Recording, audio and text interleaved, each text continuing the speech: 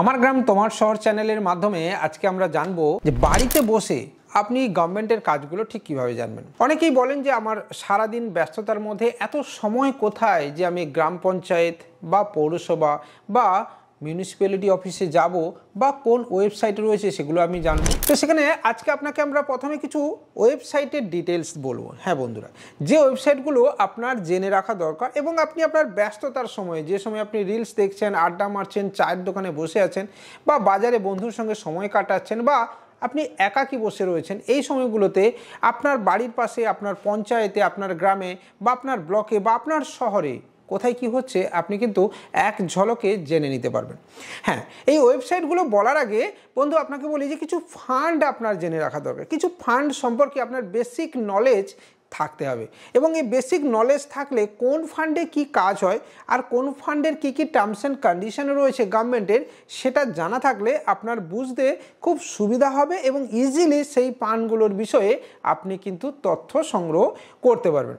তবে বলি যে অফলাইনও এই তথ্য কিন্তু আপনি গ্রাম পঞ্চায়েত, মিউনিসিপ্যালিটি, পৌরসভা বা ব্লক বা জেলা স্তরে গিয়েও আপনি নিতে পারেন। হ্যাঁ, সেখানে আরটিআই বা যেটা আমাদের সাধারণ মানুষের জন্য রয়েছে আরটিআই বা ইনফরমেশন রাইট টু অ্যাক্ট যে রয়েছে, সেই আইনে আপনি কিন্তু স্ট্যাম্প পেপারের ওপরে অ্যাপ্লিকেশন করে কিন্তু এটা নিতে পারেন। অর্থাৎ প্রত্যেক বছর গ্রাম পঞ্চায়েতে বা পৌরসভা বা মিউনিসিপ্যালিটিতে কি কাজ হচ্ছে, কোন ফান্ডে কি খরচ হয়েছে, ওন ফান্ড, হ্যাঁ এটাও একটা ফান্ড রয়েছে, এগুলোতে কি খরচ হয় সব কিন্তু জেনে নেওয়া যেতে পারে বন্ধু। তো চলুন সময় নষ্ট না করে এক একটা করে কিছু ফান্ড আমরা আজকে জানবো।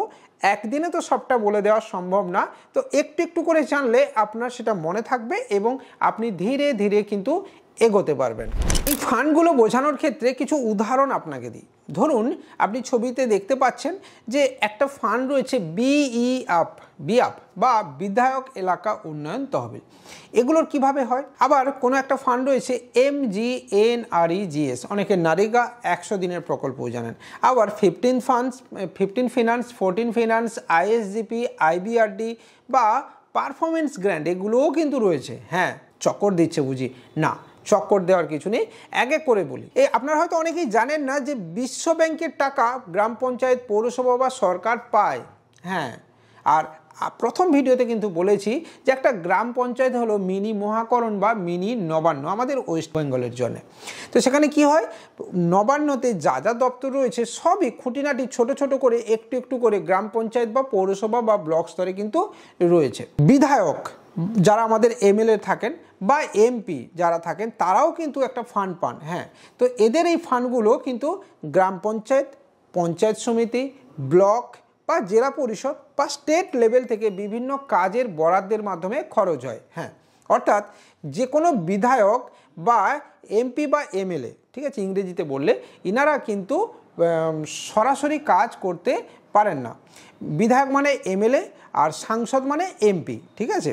তো ইনারা কিন্তু সরাসরি কাজ করতে পারে না। ইনাদের কাজের ক্ষেত্রে ইনারা যেখানে যেরকম কাজের বরাদ আসে বা প্রয়োজন হয় সেই লিস্টগুলো যে এরিয়াতে পড়ছে সেই এরিয়ার মধ্যে কিন্তু জমা হয়। মানে ধরুন একটা নির্দিষ্ট গ্রাম পঞ্চায়েত, যেমন আমি রয়েছি লাখি গ্রাম পঞ্চায়েত বা হেঁড়িয়া গ্রাম পঞ্চায়েত বা খেজুরি 1 নম্বর ব্লকে, তো সেখানে যদি কোনো বিধায়ক বা সাংসদ কাজ করতে চান বা কোনো কাজের দরকার পড়ে, তিনি কি করবেন, যে জুরিডিকশনের মধ্যে পড়বে বা যে গ্রাম পঞ্চায়েতের মধ্যে পড়বে সেই গ্রাম পঞ্চায়েতে ওই প্ল্যানটাকে জমা করান প্রথমে, এবং এক্ষেত্রে তার আত্মসহায়ক বা তার যিনি অ্যাসিস্ট্যান্ট রয়েছেন বা গ্রাম পঞ্চায়েতের প্রধান বা যিনারা রয়েছেন তারা কিন্তু এখানে সহযোগিতা করেন এবং সেই প্রজেক্টগুলোকে কিন্তু প্ল্যান আকারে, অ্যানুয়াল অ্যাকশন প্ল্যান আকারে কিন্তু তারা জমা করে দেন ওই পঞ্চায়েত বা পৌরসভার অধীনে। হ্যাঁ, এবং এরপর সেটা স্যাংশন অ্যাপ্রুভাল যায় এবং তার যে দপ্তর আছে সেখান থেকে তারা এটা দেখে যেটা হবে কিনা, এবং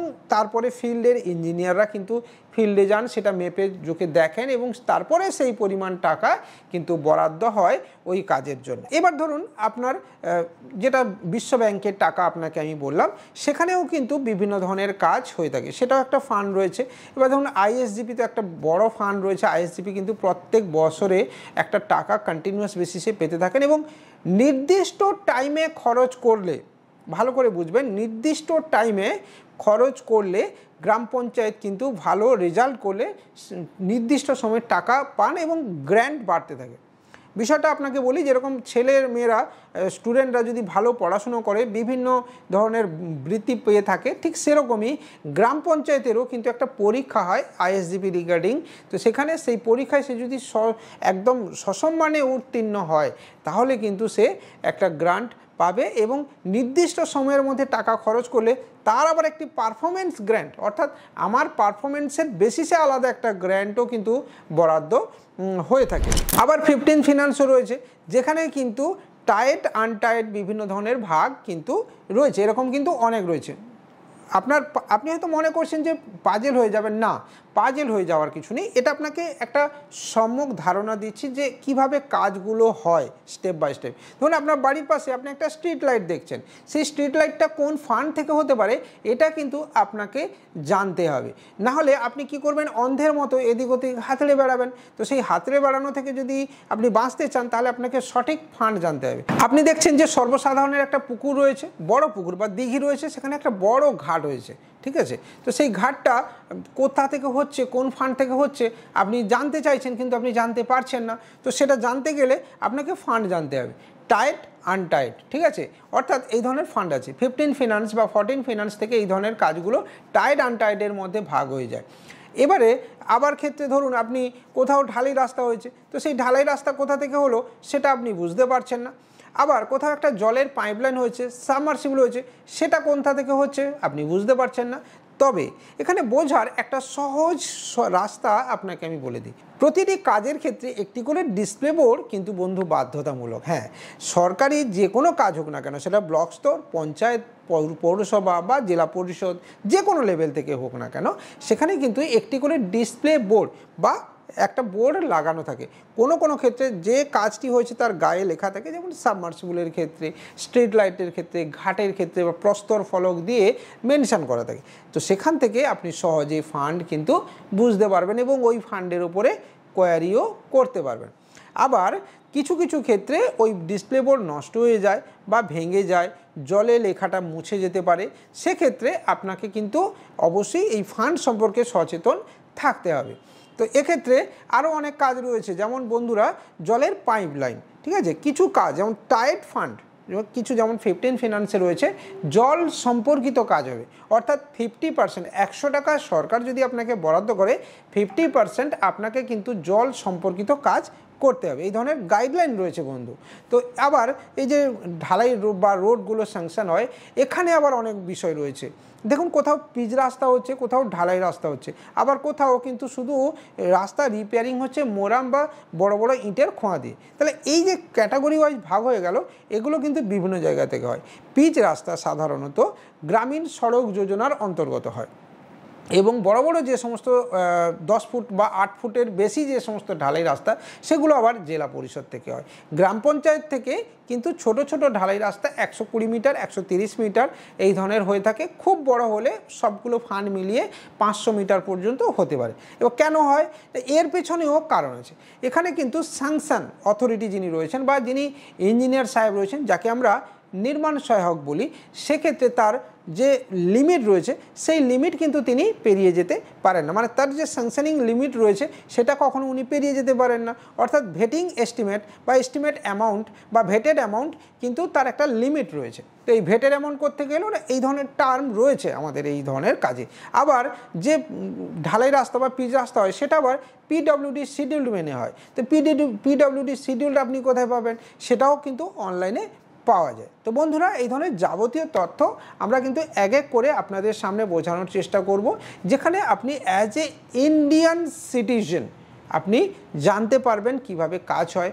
আপনি ওয়েস্ট বেঙ্গলের বাসিন্দা হলে বাংলাতে এই ভিডিও আপনি দেখতে পাবেন। ভালো লাগলে লাইক করতে পারেন, পরবর্তী ভিডিওর জন্য অপেক্ষা করতে পারেন। আমরা ডিটেল একটা একটা করে স্ক্রিন রেকর্ড বা কিভাবে পারমিশন হচ্ছে সেটাও আপনাদেরকে দেখাবো। তো চলুন, আজকের এই ভিডিও এখানেই। কেমন লাগলো ভিডিওটা অবশ্যই কমেন্টের মাধ্যমে জানাবেন। আর আমার এই ভিডিও ভালো লাগলে একটুখানি লাইক করবেন, সাপোর্ট করবেন।